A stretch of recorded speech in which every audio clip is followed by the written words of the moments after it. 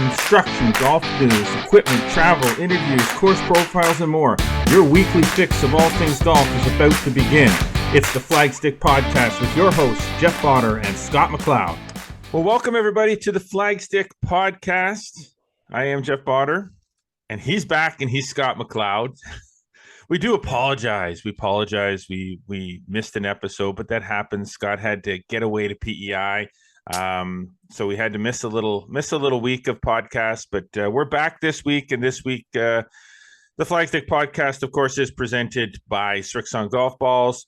If you're looking for a premium urethane option in the Z-Star series, a quality budget option in the soft field, or somewhere in between with the Q-Star, Srixon is bound to present an option that will work for your game. For more information, visit srixon.ca. Did you lose a few of those while I was away? I did lose some golf balls, but I'm still stuck on the diamond. I'm telling you. Okay, all right. It's the go-to ball for me right now. Let me finish this, and then I got a little story. Sure. All right, I like it. We all obviously want to make sure that you're following us across all social media networks, Instagram, X, TikTok, and Facebook. And please subscribe to Spotify, Audible, Amazon Music, and Apple Podcasts. We really do encourage you to subscribe to the YouTube channel, like us, click the notification bell. Make sure you don't miss anything we put up there. More Flagstick Academy goodies are going up on a weekly basis, and we're getting a lot of traction on that stuff. So that's awesome. Even with people in Prince Edward Island. So I had the response from a couple of people down there saying they were enjoying the tip. So that was good. Global. Good to see. It's global. Yeah, exactly. It's the internet. It's global. And it's golf instruction. It's internet global. Yeah. Plenty of stuff happening in golf right now. There's a boatload of stuff happening. Obviously, the Olympics is going on, and the women's golf is wrapping up over the next day. Yep. Probably will be wrapped up by the time this airs. But we're going to catch you up on a little bit of news because there's stuff happening. In the back then, we are going to talk about the Olympics a little bit, particularly the golf, but a little bit of everything. It is the Olympics. Yeah. You can cross sport boundaries easily on this podcast. Let's get to the front nine. Presented by Metcalf Golf Club and Natural Setting, a pleasant challenge. Still lots of golf left to be played this year. Be sure to purchase those 10, 20, or 30 game packs and keep saving compared to the regular green fees. Visit metcalfgolf.com to book those tee times and to shop now. Before we get into all of the goodies on the front nine that we want to get to, speaking of the aforementioned story time with Jeff, the aforementioned Metcalf Golf Club. I have been playing a little bit. Good. My youngest son Brandon and I we managed to get out and played 18 holes at Greyhawk at the Predator course. I really have been wanting to take him to play the Predator course for a while. Sure. I've always loved the Predator golf course, just the style of golf course and stuff. Now, very different now than it was originally when we played the Paul Takahashi design. Back when it first opened, it was a very different golf course in how it played than it does now. But that said, a lot of visual things have changed out there since the last time I played there. There's a lot less red fescue and a lot more wildflowers. So it's kind of like that, a different sort of, maybe, I don't know if you want to call it more of a North American look to it, but it has a little less of the Scottish flavor look to it and a little more North American look to it, but still Predator. Fun. I still love Predator. The green complexes are some of the most tricky green complexes to play. Anyway, that said, thank you to Danny Lacombe from Club Link for looking after getting us set up out there. Hospitality. Really enjoyed the playing the golf course. It's been I think it's been 21 years since it's open. And it's been a while since I played it. Now we saw it pretty much every year with the Ping Challenge Cup. Right. Yeah. So it's not like I haven't seen it in that length of time, but I haven't played that golf course in a very long time. And I kept it under 80, so I was happy about that. And I played the tips. So let me just quantify this. Brandon wanted to play the back tees. Brandon hits the ball well in excess of 300 yards off the tee most of the time. So this was a bit of a challenge for me. just a little bit of a challenge to play the back tee. So that Mm-hmm. golf course is close to 7,000 yards from the back tee. So it's, you know, it's got some teeth to it. But I did keep it under 80. So I was very happy about that. Now, the other little story is I played at Metcalf in a two-person tournament. Oh yeah, that's right. With Brandon. It's the first time Brandon and I have actually played in a tournament together. That's pretty cool. And it was at Metcalf. So he was like, hey, you know what? Yeah, it's across the street. Across the street. Let's sign up and play a little club event. There was a steak dinner afterwards, and the steak was killer. Okay. Nice. So that was worth it in itself, which is crazy because the two guys that we were paired with, they only signed up for the dinner.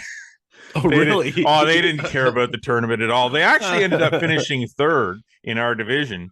But they could care less about the tournament. They're like, we just love playing the format, and the steak dinner's always good. I'm like, okay, why not? So meanwhile, Brandon is like, it's a tournament. I'm a little more chill about it, but Brandon's like, I want to win this tournament. Playing a tournament with Dad. I want to win this tournament. So we go out, we bogey the first hole, and what was the format? It was a scramble for the first 6 holes. So it was scramble, best ball, and then pure alternate shot. Oh, okay. Oh, having played alternate shot with you, yes. Was he willing to do that? I don't know how willing he'd be willing to do it again after what I did to him on the 15th hole. But so the first 6 hole scramble, we're thinking, you get in there maybe 2 or 3 under. No, we bogey the first hole. What's the cardinal rule of scramble golf? No bogeys. 2-man, 3-man, 4-man, doesn't matter. You don't bogey in a scramble. We bogeyed the first hole. And then I think we were 2 under after that. But that was, anyways, the best ball, we were okay.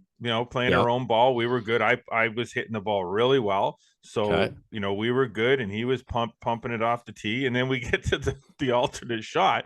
And the way that the format was, is that I should say it was pure alternate shot, but there was a stipulation that you had to play evens or odds off the tee. Oh, okay. Yeah. So you had to decide before you teed off on 13. Sure. Who's playing start? 13, 15, 17, who's playing 14, 16, 18. So I've been really hitting my irons well most of the day. Now he had been 2, but I was hitting them really good. And it was like, okay, I'll play the iron par shots because that's the par 3s. Yeah. So the first one was fine. It was no problem. We made par, not birdie. But the second one, of course, the 14th hole, it was fine. He drove it past the green, 340-yard par 4. And he drove it past the green, and we made par. Okay. The greens were crazy fast, and I don't know what the hell's going on at Metcalf with the greens that day, but they were insanely fast. Fun. Then we get on the 15th hole, which is that really hard dogleg to the right. And there's a debate on the tee. Should I hit hybrid just down the corner? Should I hit 3-wood to just get it past the corner? Make sure I get past the corner. There's no way I can hit 3-wood through the corner. Or is there? Oh, yeah, there is. So, of course, I hit 3-wood. It doesn't cut. It goes straight, and it ends up under a tree. And under a tree with the tree branches about 6 inches off the ground. So he's in there trying to punch this thing out, and there's literally almost an argument happening on how to play this shot. Nice. He hits it. It doesn't come out very well at all. It's like, there's no way. He's trying to hit a 4-iron out of there. You couldn't hit anything with loft because it would hit the tree branches. So the alternate shot bitching it. But we finished. So anyway, long story short, we finished the round of golf. We get out of Dodge. We're even par for the round. And I'm saying, you know what, Brandon? I said, that might be good for third. And he's like, whatever. I was like, no, we won. Come on. We won. That's funny. I was like, oh my God. I found out because we found out afterwards because it was kind of one of those play and then you have your dinner and leave and then they, it was kind of a club event deal. Email comes out on Sunday. Yeah. Congratulations to all the winners, whatever, great day, whatever. And it's like Brandon bought her, Jeff bought her, winners 72. I'm like, what? I run upstairs like, Brandon, we won the tournament. Like, that's great. It was so funny. Anyway, that's so good. There's my story. Yeah. I mean, I got to play with my daughter, but we didn't win a tournament, unfortunately. But you won the McLeod Invitational. Sure, yeah, we had a great time. We played Country View in Prince Edward Island in Fairview, PEI, not far from where I used to camp as a kid. And the Curry family there built the golf course 25 years ago and opened it. fun golf course, fescue, real fescue. Mm-hmm. Um, Yes, some fescue. yeah, some great holes along the water. Ran into a couple of friends down there. Chris Welton used to work for Titleist National Fitting Center, owns Yes. one of the owners of MacArthur Appliances down in PEI now. Chris Irwin, who's a rep for Atlantic Canada. They were down there getting ready for a big Atlantic Canada event called the Rose Bowl, and had a good chat with Chris Curry about business and events down there. But yeah, Ailsa and I had a great time. Unfortunately, it was the only round that I played while we were down there. We did visit a bunch of golf courses, which was fun. Just to stop in. Saw Anne Chouinard at Crowbush, dropped into a couple of shops. Yeah, it was fine. So it wasn't a golf focused vacation. No. But certainly there was some golf elements to it, and chatted back and forth a bunch with our buddy Sam McPhail from Golf PEI. And unfortunately, we didn't get together as we had hoped. Just ships going in the night in different directions, but it was great. And you know what, it's just such good golf down there, as just a good time. And hey, you know what? Still time to plan a trip down there for the fall if you want. There you go. There you go. That could be you and me. We need to go back. Yeah, I do want to go back. I do want to go back. We'll have to see how that works out. I do got tryout season starting soon too. Yes. So yeah. All good. Yeah. All good. I mean, it's mid-season now. I mean, if you look at it, I mean, even it is kind of crazy. You think it's not the end of the season. No. It's mid-season. I was actually thinking about this. You were talking, obviously, Metcalf, still lots of golf left to play and so forth. But I got to thinking, what's sort of the mid-season scorecard, and I'm glad for you because I'm seeing you play more golf. Mm-hmm. Which is I'm excited because you haven't played a lot in the last bunch of years. So that's nice to see. I've probably played less, at least in the last month. I had a little bit of a nagging injury that kept me away from some stuff. But where are you at with the I mean, not just your own game, but I mean, just in general, as far as the season, any general observations as far as, kind of golf at this point in the year in Canada? Oh boy. I know, big topic. Yeah, it is a big topic. It's kind of tough. I mean, as far as where it's at in Canada, I mean, I can even speak for our more area, to like our own region. We've had a lot of rain this year. Obviously, we're having a lot today. And I know that has impacted some golf courses and things like that. But in general, what's your overall sense? You've been back out there a little bit, and we'll get to the intersectionals and stuff here in a little bit. Yeah, for sure. You've been getting out there more and seeing some more courses and stuff like that. What's your feel mid-year here? I'm feeling that based on what I've seen, because I have played around a little bit more this year than I have in the past, and I'm starting to see a little bit of that afternoon trend happening again. Where the tee sheets get a little softened up in the afternoon. Now I know there's some golf courses that operators that might be listening and saying, "Oh, we're full all the time." It's like baloney. You're full all the time. You're not. Yeah. So don't try to tell me that you are. Even in the busiest times, it doesn't happen. But I am seeing a little bit softer tee sheets because I do look around too. Like that's one of the things that I do. One of the things that I do a lot when I'm in my office is I do look at tee sheets to see who's busy and who's not. So I'll just randomly, like the other day, Brandon was talking about wanting to go play a different golf course. So he wanted to, just look up the tee sheet. Yeah, I just looked up a golf course that he said he wanted to play, looked up the tee sheet and looked at the afternoon and go, okay, well, they're pretty wide open from 1:30 until, whenever.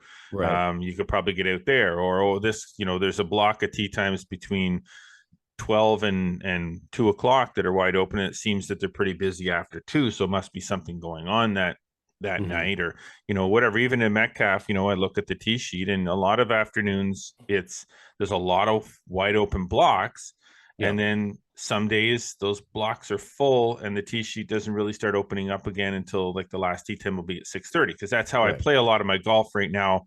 When I do, as I last minute supper, figure out you got time. I'm sure there's days where Rob's pulling his hair out, or the marshals are pulling the hair out, because Brandon's out in the golf course. He goes and he tees off at 7:30, and he's walking down the ninth on the 9-hole course at like 9 o'clock and it's almost pitch black and there's 2 cars in the parking lot and they're but Rob's been good about it. Thank you, Rob. Bob's been good about it. He does not sending the police out to haul him off the golf course. He's a good kid. He's not going to hurt anything.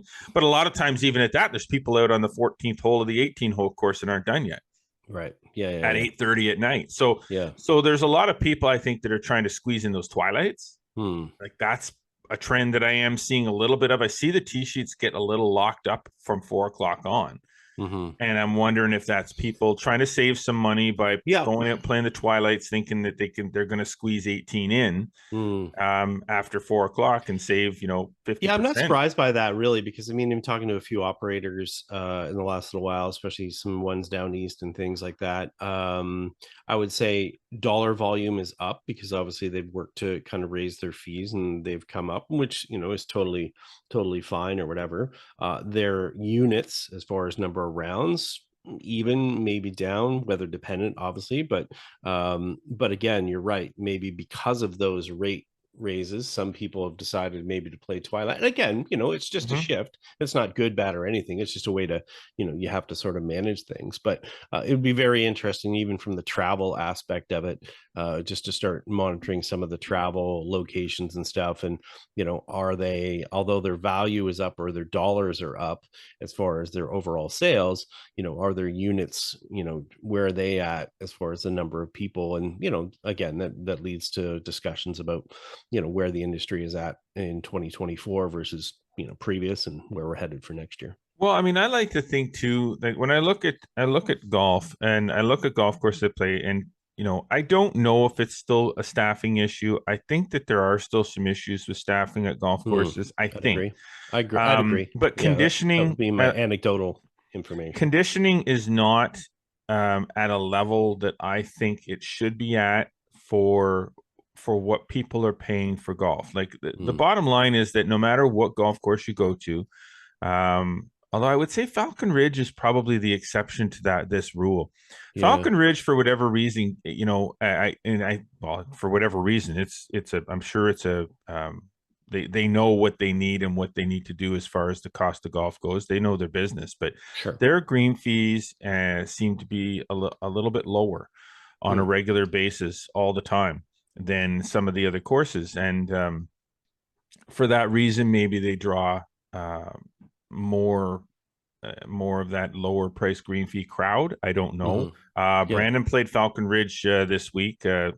Thanks, Ryan, for hooking him up and getting him out there. Really appreciate that. He loved it. He absolutely loved the golf course. He loved the length of it. He loved the variety of the different holes that Falcon Ridge has. He said, I like the craziness of some of it.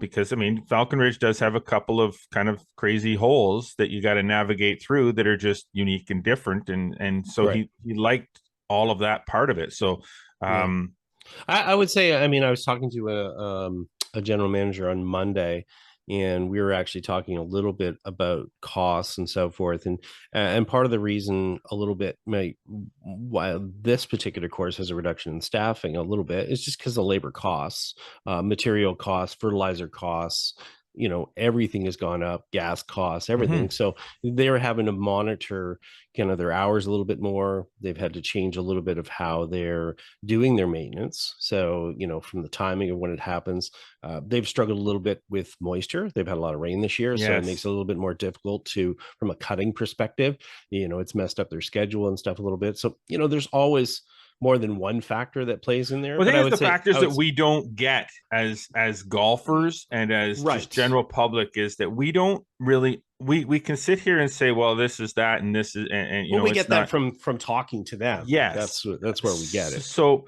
we know from their side of it, like what struggles they're going through to manage their facilities. And the general consumer doesn't see that. No, and but the general consumer sees the increased cost.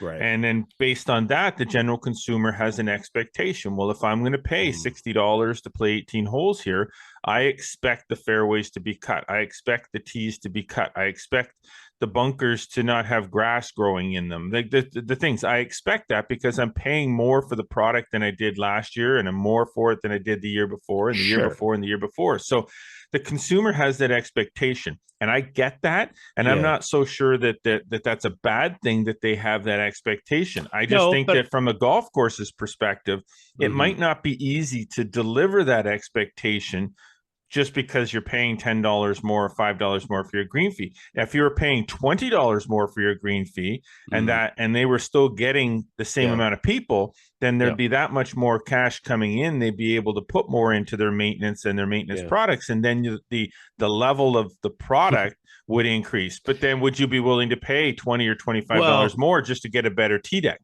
Probably not. And the whole thing is that, you almost have to remind the consumer, okay, are you paying more in everything you do in life right now? Everybody is, right? I mean, it's insane. And, those increases, are a lot. So once they're reminded of that, they sort of realize, okay, well, maybe that's the reason why or whatever. But all this to say, it's a general trend across a lot of places. We're not just locally. And I guess as a golfer, while we don't always like to see increases, we have to understand that they're important, and they're needed for these people to operate their businesses. 100%. Well, you charge what you charge to teach.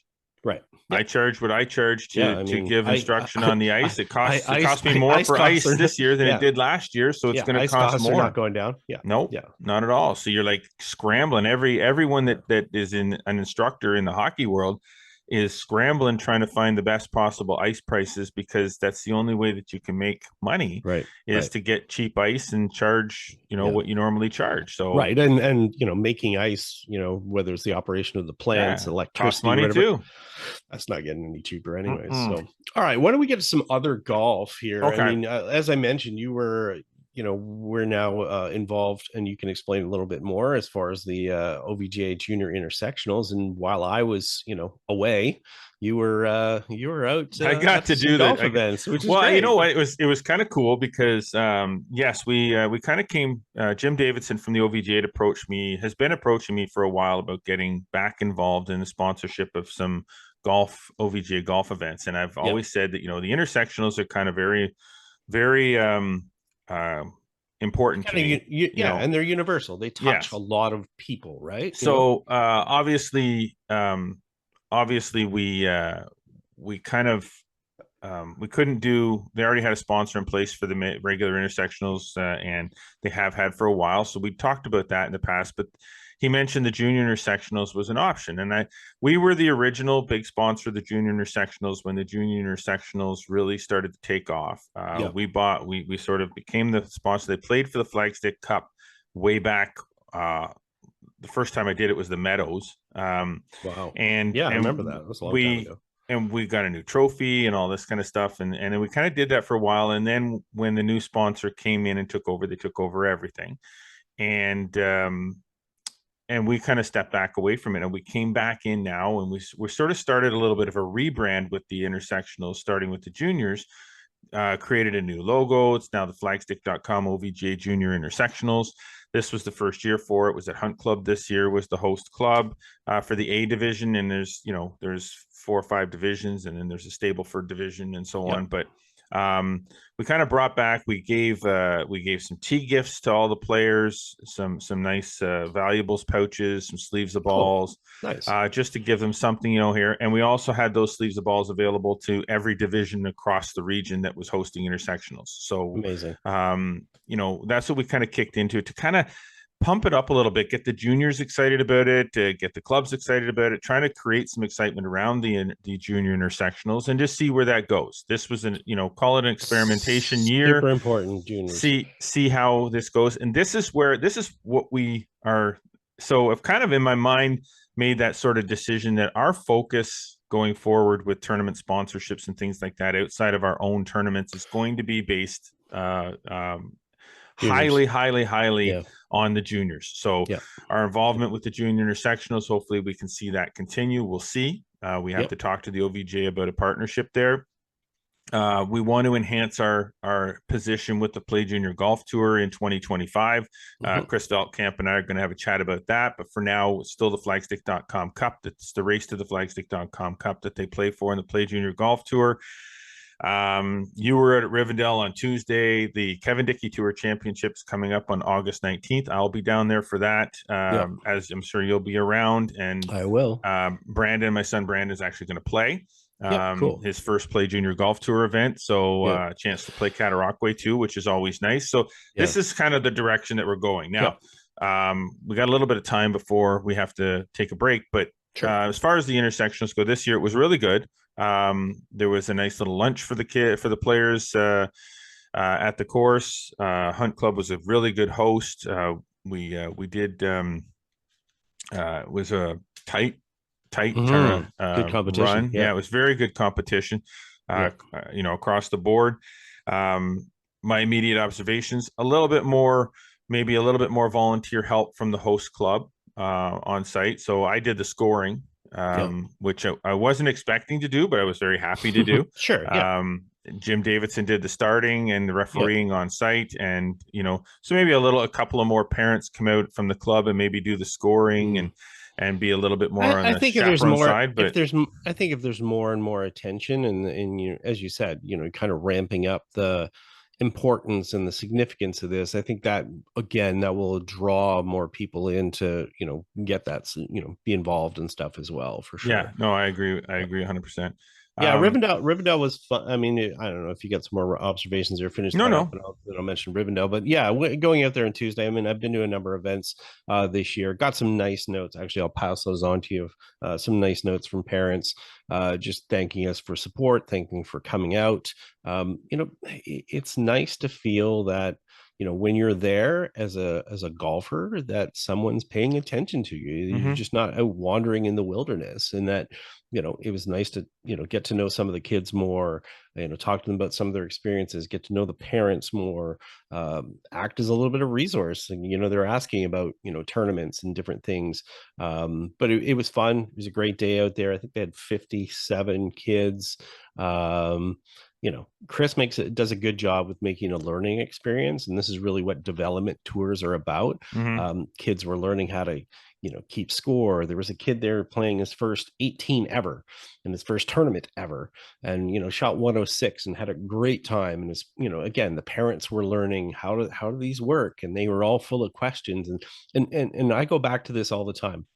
If we want golfers, adults, juniors, or otherwise, to be involved with the game and sort of have the form as a golfer that we hope for, we have to be, as golfers, helpful. We have to teach these people these things. They can't just roll out of the parking lot and all of a sudden know how to keep score, or where to mark golf balls, or how to move around the golf course, or yell for, or I mean, all the things that we take for granted as a golfer. Those are learned activities. So this is kind of how these golfers get into it. And what's nice is hearing the kids talk more about how they want to play in more events, and how they can't wait to play more tournaments next year. And that's inspiring, because they also want to play more golf. Yeah. Tournaments are infectious. I think so. Yeah, they're difficult to play in. Yes, until you've played a lot of them and you learn how to play under that kind of pressure, because there is pressure, because you really are focusing on your score a lot. They're mentally draining. They can be, and but they're infectious, and the more you do it, the more you want more of it. And because our competitive juices take over. It's like, I want to get a top 5, I want to get a top 10, I want to win a tournament, I want to shoot around under par, I want to break 80, all these things. Or shooting 106 and you want to break 100, what I mean? Like, that's something to play for later on. So no, I totally get it. I mean, like I said, Brandon played the Flagstick.com shootout. Now he wants first to play tournament more. ever. Yeah.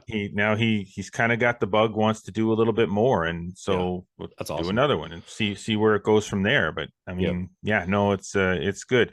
We got about 4 minutes here, Scott. Well, why don't we just on that sort of vein, those kids, and going down there and seeing that with that tour, and juniors, so OVJ and Play Junior Golf Tour, I think one of the big events of the summer for all sports and all athletics is that Ontario Summer Games, which is for youth and youth development. And, as somebody who, when I lived in BC, got to play in the Northern BC Winter Games, and, I saw the sort of, and especially right now with the Olympics going on, and this is a good lead in for afterwards, is that there's that same sort of feel, right? These young athletes got to go into the stadium at Western. It was held in London. They got to go into the football stadium. They walked in, representing their region and so forth. And, all that, even the participation was great. There was fantastic success from golfers from Eastern Ontario, both from the Ottawa Valley Golf Association and the Play Junior Golf Tour.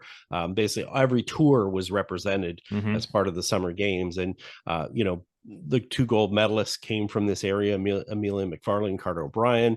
The OVGA girls team won the team gold, and the Play Junior Golf Tour boys won the team gold. So, the kids that I talked to were just hyped, not only going to this, but again, it leads them into wanting to do it more. I think a couple of the boys from that gold team were actually there a couple of years ago as well.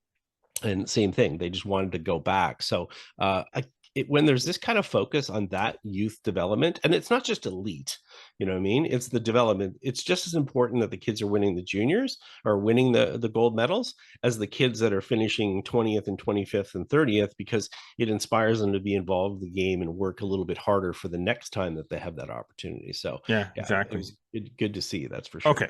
We got to take a break. When we come back, we're going to talk Olympics, maybe follow up on a few other things, but we'll get out right now.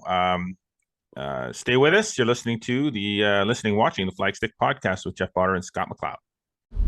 Play a golf ball with a winning formula.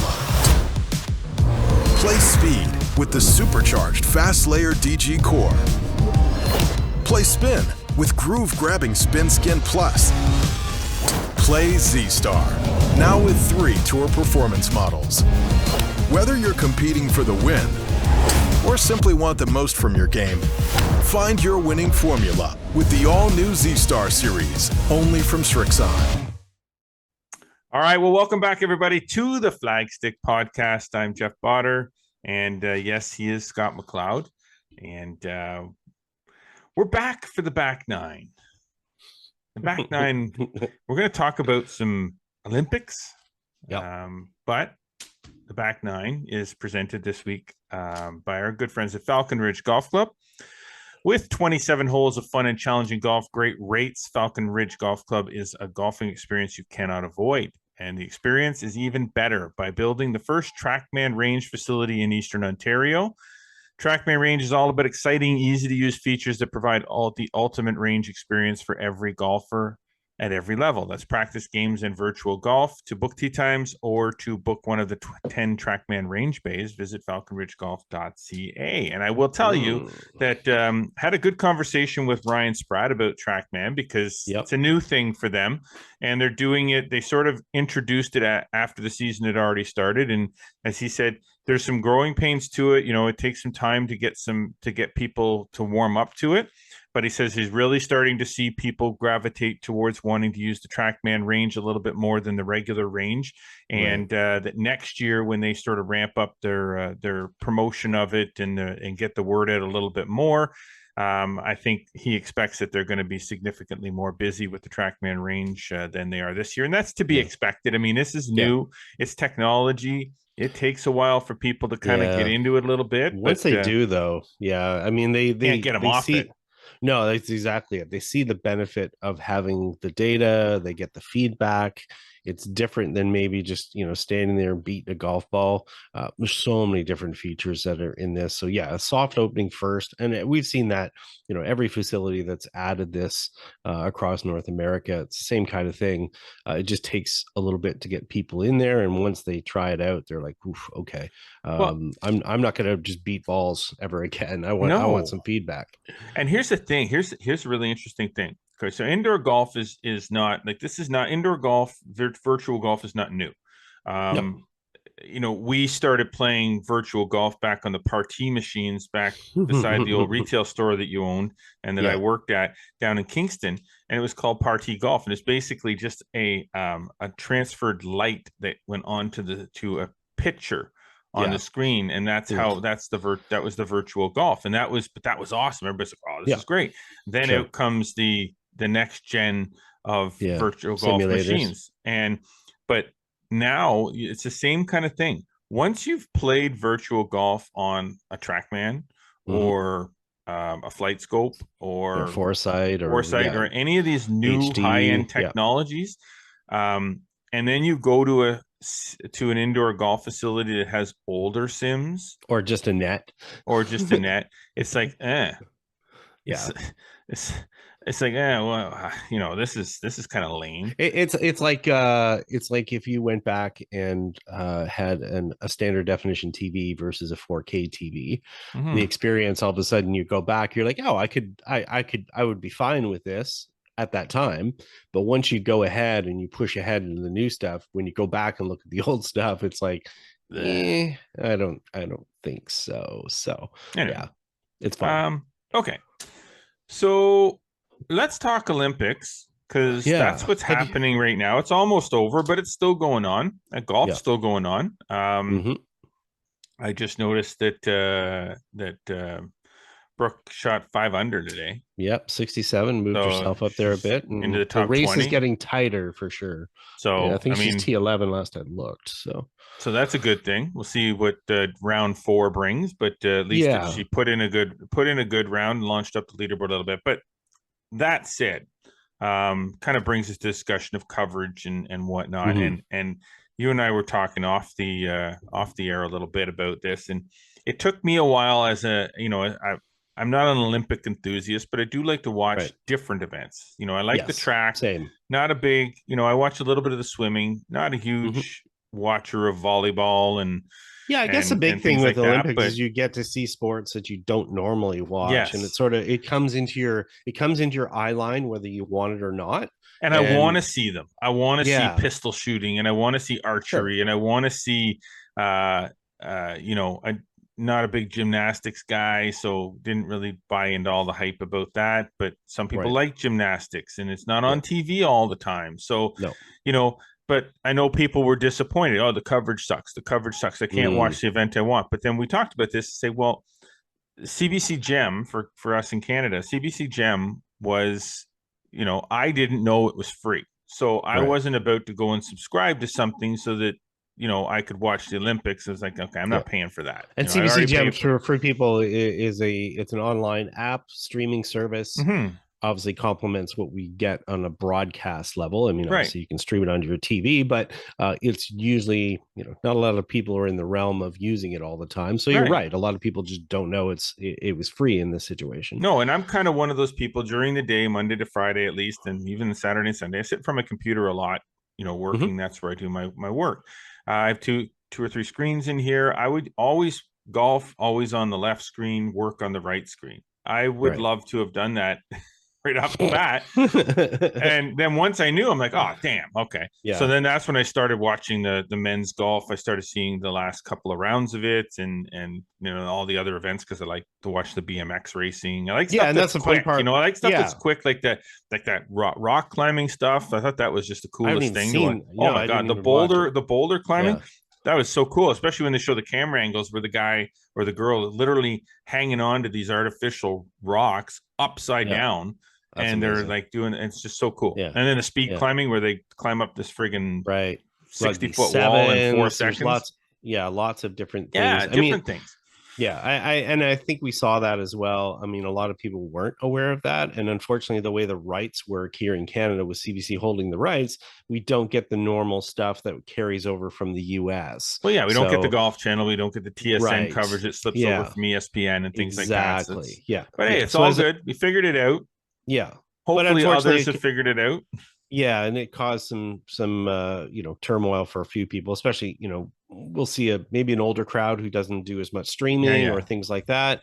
We saw that with some comments. We had a couple of posts on our Facebook page, for an example, that were talking about the Olympics, and there was a lot. It was a big stream. It was talking about the women, Alena Sharp and Brooke Henderson representing Canada in the women's golf, and a lot of people are like, "Oh, it's too bad we can't watch it," and whatever. And you sort of had to let them know. And then on the other side of it, they're like, "Oh, this coverage sucks compared to, I hope it's better than the men's. Well, guess what? The men's was on CBC Gem as well here in Canada. There was a day there, I think it was round 2, that, Golf Channel in Canada here was, showing on the schedule that it was School of Golf, but they actually had the coverage. So I don't know, somehow it leaked in there in Canada, but you're right. And the unfortunate part is it's just like a lot of the other Olympics. I mean, it's not always in your time zone, so it's not always easy to watch. It's not like you're getting up at 3:00 in the morning. I mean, hey, I guess that's to be discussed as we talk about it here. But the Open Championship, I might be up there at 3 a.m. I'm not sure if I'm up at 3 a.m. to catch the Olympics. Although it's nice, as you said, you can stream it. Maybe pop it in your ear, listen to it or whatever early in the morning. But yeah, generally not so much as far as watching full of it. And you said about the men's. Yeah. What was your vibe as far as the men's before we talk about the women's here and overall? I loved the 4th round. Yeah. I mean, the drama of it was fantastic. I mean, yeah. I feel for John Rahm. I don't feel much, but I do feel. Sure, up by 4. I never like to see that happen to anybody, especially in, he obviously really wanted a gold medal. It was really, pushing for it. But, golf is golf, and that's just the way, what do you call that, rub of the green. You hit the shots, you missed the putts, you missed the chips. It's all on you.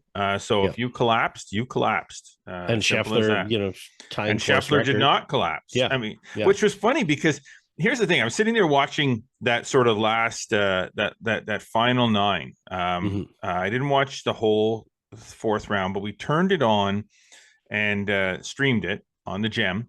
Sure. With the back 9, and at that point, Rahm was 6 shots up on Scheffler. When Scheffler turned for the back 9, Rahm was 6 shots ahead on the back 9. And then it went meltdown mania. But the funny thing was, Scheffler was not like hitting awesome tee balls, and he was making mistakes. Sure, but he was making mistakes and then making up for the mistakes, and rebounding with birdies and stuff. It was like, how we're watching this. And the funny thing is, because it had already happened, we already knew what happened. We already knew that he won the gold, but we're like, I want to see how this played out.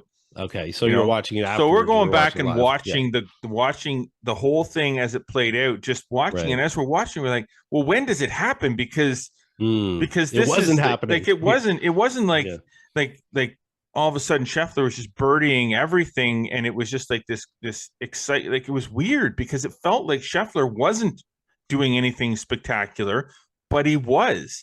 And Fleetwood was right there at the time. We're like, well, how did this happen? Because Fleetwood's right there too, and Rahm's still there. When does Rahm collapse? Like, when is this happening? And then all of a sudden, boom! It's like somebody just exploded, and it's like bogey double, and it's like, okay, Rahm's out of it, but he's not out of it. He's still in it. He could still potentially do. And Scheffler still hasn't done this yet, and Fleetwood's still with him, and then Fleetwood did what he did, and it's like, oh, well, that's how it happened. That was what Fleetwood ultimately did, is what sealed the deal for Scheffler. But I mean, it's just like, how does this This guy is just unbelievable. I know. And he's sort of like, Nicklaus in his prime. It's kind of a war of attrition, right? Like you stick around until everyone else falls away. Yes. And then, you kind of creep ahead a little bit. It's not like he didn't win it. It's just, he didn't lose it. I guess that amounts to, but he did what he had to do to win it. And then you rely on other people to let you back in. So all you can do, and this is the thing with golf, and this is the thing that young juniors, we talked about, junior golfers and playing golf tournaments. Like, this is the thing with golf. All you can do is you. Yeah. You cannot control anything about anything that anybody else is doing. You can't make your players just miss shots. You can't do anything about that. All you can do is go out and golf your ball. All you can do is put your number up and then sit back and, you're not hoping for disaster, but, realistically, let's be honest. If you're playing in a tournament, you want to win a tournament, you go out and put a number up there. You're kind of in the back of your mind, kind of hoping that maybe some of these guys back up a little bit and let you in. And that's what you're hoping. You're not hoping for disaster. You're certainly not sitting there hoping that Nelly Korda makes a 12 on a par 3 or a par 4. Like, you're not hoping for that kind of stuff. But when it happens and you've golfed your ball, then you're like, okay, thanks for letting me back in. I'm going to take this now. Yeah, that's what Nicholas did a lot. He just managed his own expectations to the point where it's like, I'm just going to do my thing and watch them all fall behind me.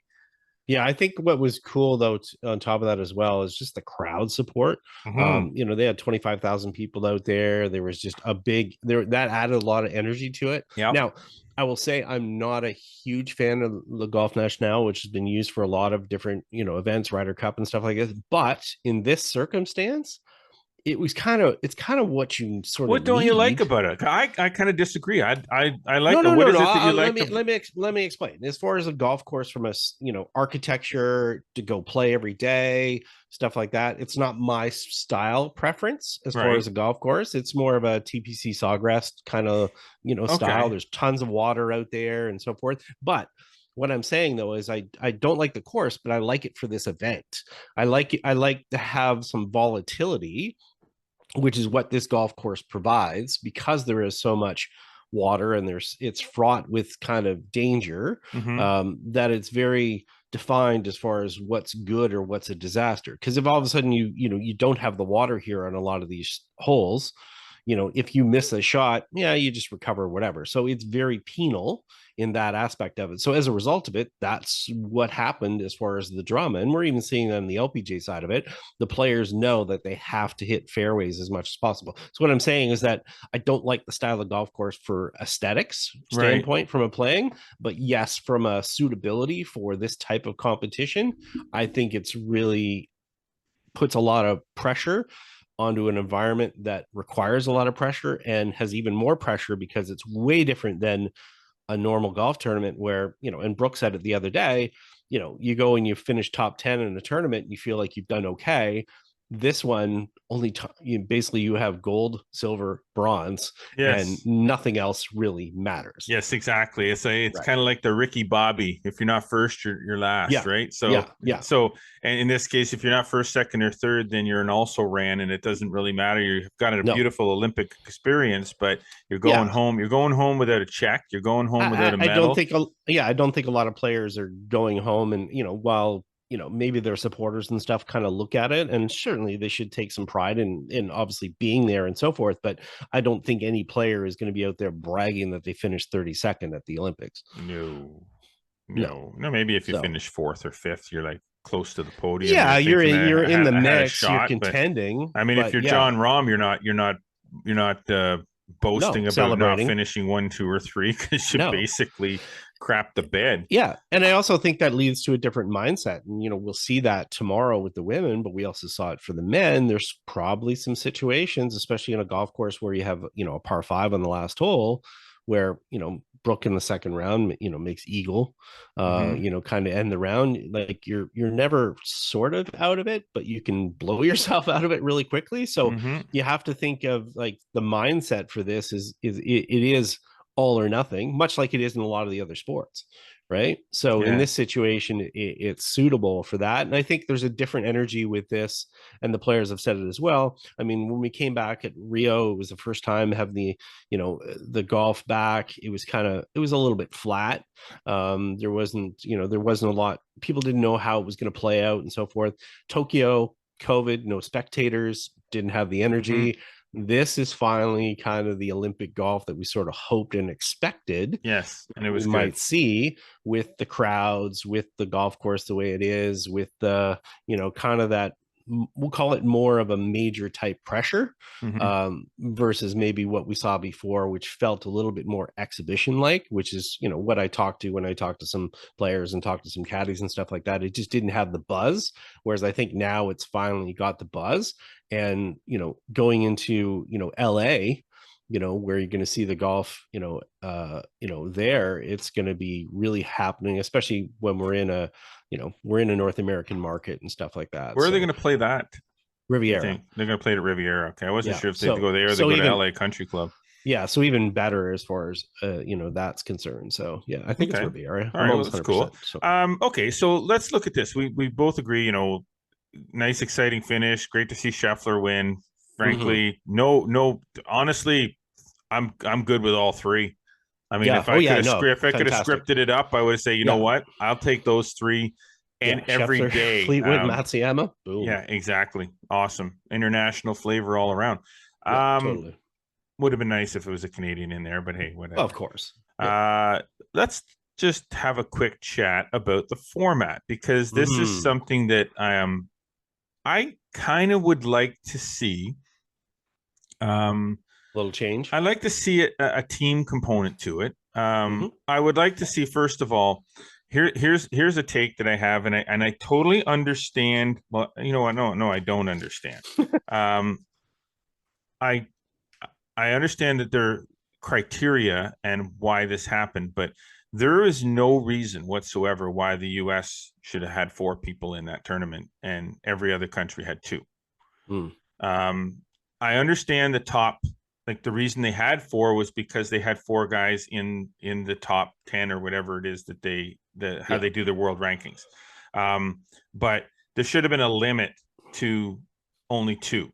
And the reason I say it is it doesn't. I mean, when you're competing for medals, I realize in other disciplines, right, the U.S. might have, or other nations might have more players participating in the 100-meter dash or the 400-meter hurdles or whatever than other countries. But there's qualifications that they go through to qualify. Like, there's qualifying track events that they have to compete in to qualify for the Olympics. So it's not like every nation gets to send a hurdler.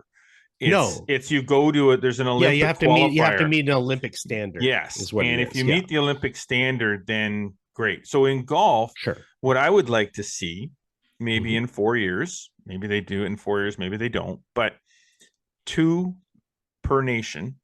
You have to qualify by both players that are being selected being within the top, whatever. If you're going to use world rankings, or you're going to use some kind of Olympic ranking system, however you qualify them, you max out the field, because you have to in golf. You can't have, but you can have more than 60, 60 players. And if you could have 120 and having, whatever, but figure it out. I mean, I'm sitting here just spitballing it. I'm not, I have no substantiated data here in front of me. I'm just saying 2 per nation that's participating. It is a more global game now as well. So, and I would almost like to see this happen. The Eddie the Eagles. you know what I mean? I would almost like to see this happen. Either have it happen similar to the way that the Dunhill Cup happens, or is it the Dunhill Cup or the World Golf Championship or whatever it is, where Fred Couples and Davis Love played in it forever, and so they play, and they're playing an individual tournament, but they're also playing a combined team score. Yes, I'd like to see something like that. I think a lot of people have like that.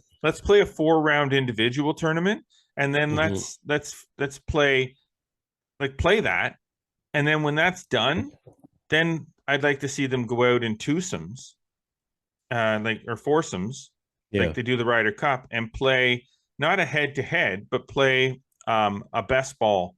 Not a scramble, a best ball. Yeah, but I still don't think there's any reason why they can't award stuff based on teams, based on the individual play. You're right, just from a combination aspect of it, whether that's a combination of total scoring or combined best scoring on particular holes, like they would do in a college type tournament.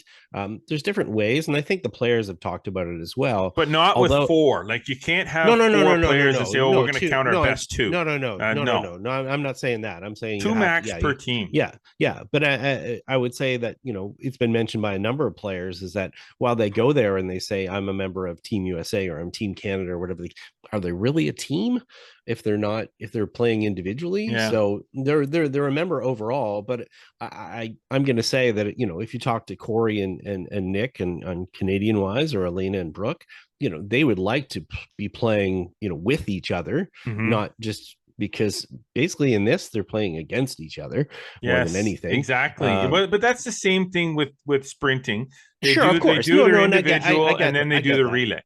Yeah, and I get that. So I mean, again, so yes, could there be room to grow? Yeah, I think so. I like to see it. I would like to see it as well. I mean, when we look at that for the for the future of this, and you're right. I mean, I guess you have to juggle a number of different things, like you said, of what's the standard of play. You don't necessarily want people out there shooting 95. No. You want them to have a certain level. Maybe they're within whatever they're ranked or whatever the case may be, but you'd also like to see some of the best from some different countries so that they have an opportunity to come and play and grow. And I have just as much interest watching the kind of the bottom of the list here as well, and seeing some of these players represent their country and be Olympians, because in the end that's what the Olympics is about. Well, and the thing is, it doesn't have to be, like, as far as I'm concerned, when you look at other nations, it doesn't necessarily have to be professional golfers that have the why can't it be amateurs? There's a lot of amateur golfers from other nations that aren't pros yet or have no intentions on becoming pros. Yeah.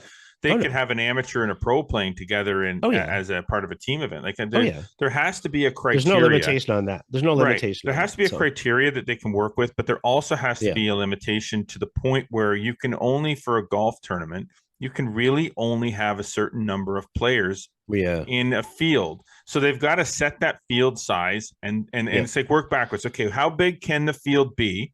Yeah. And is there a cut?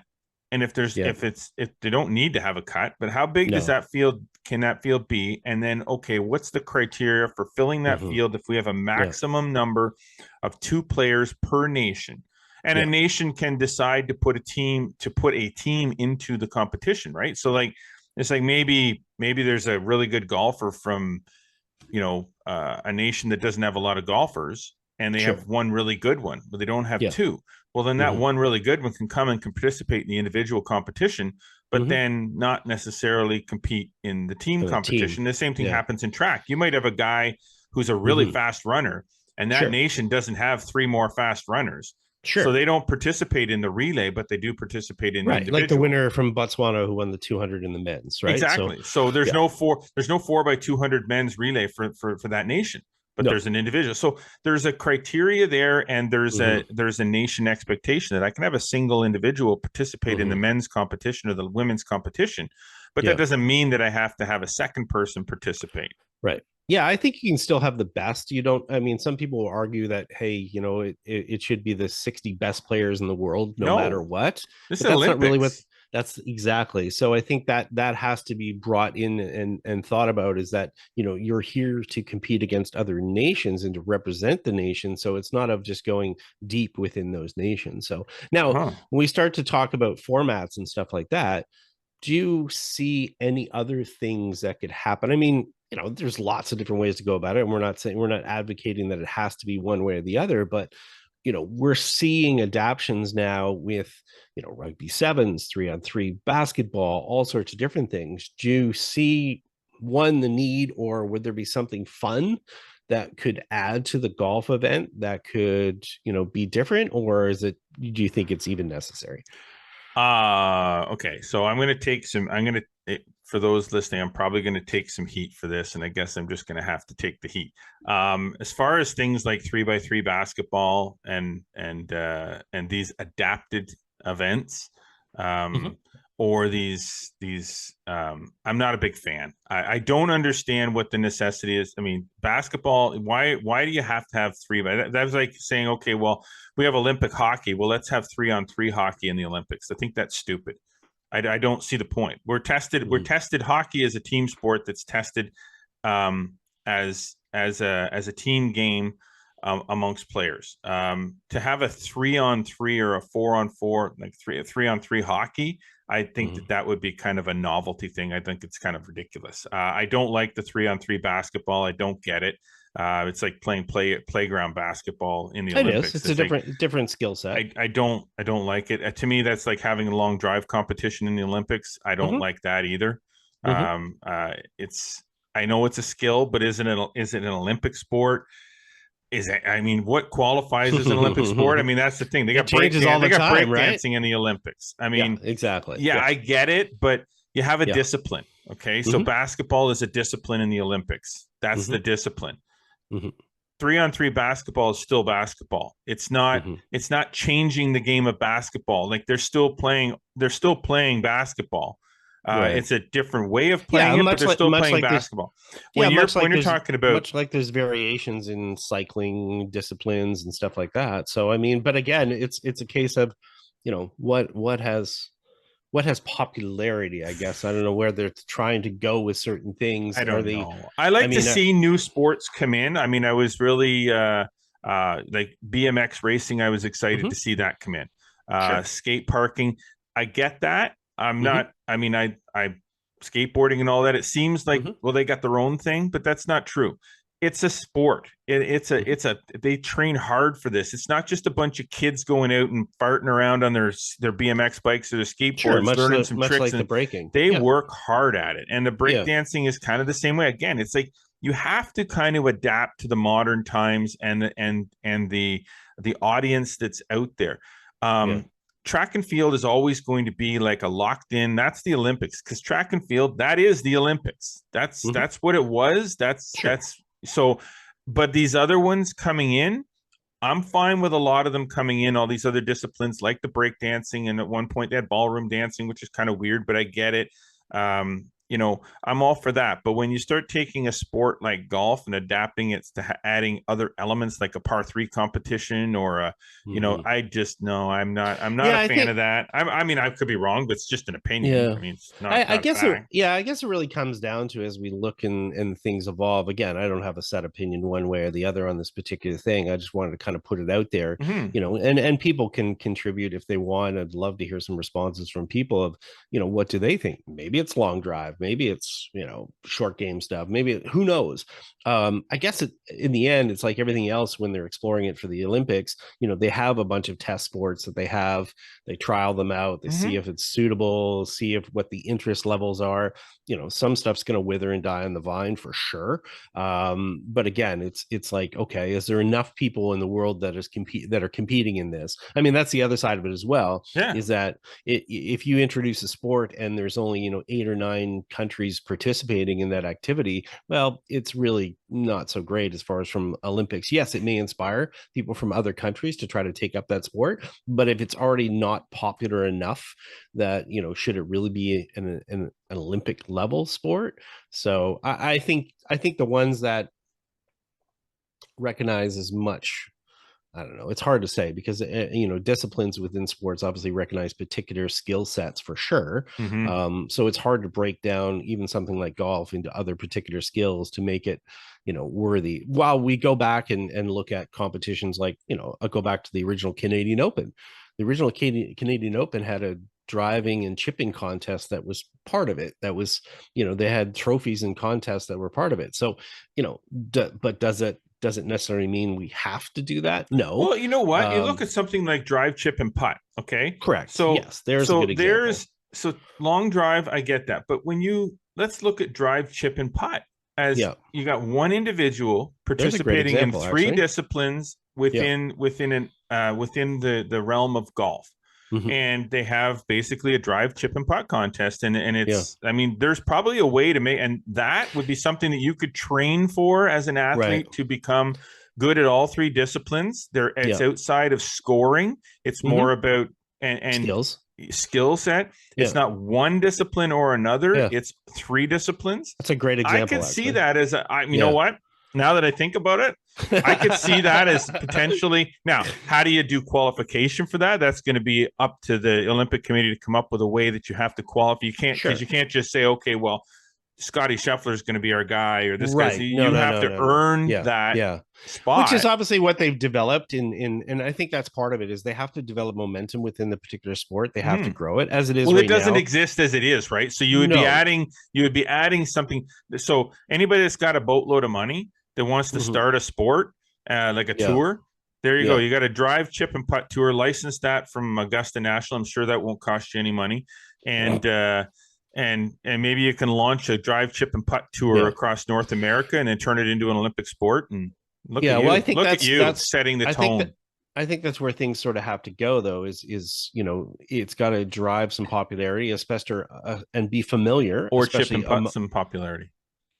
Yeah, it's it gets some interest for a next generation. Yes. And then maybe that's where their interest lies more in Possibly. that. So we don't get to dictate that. No.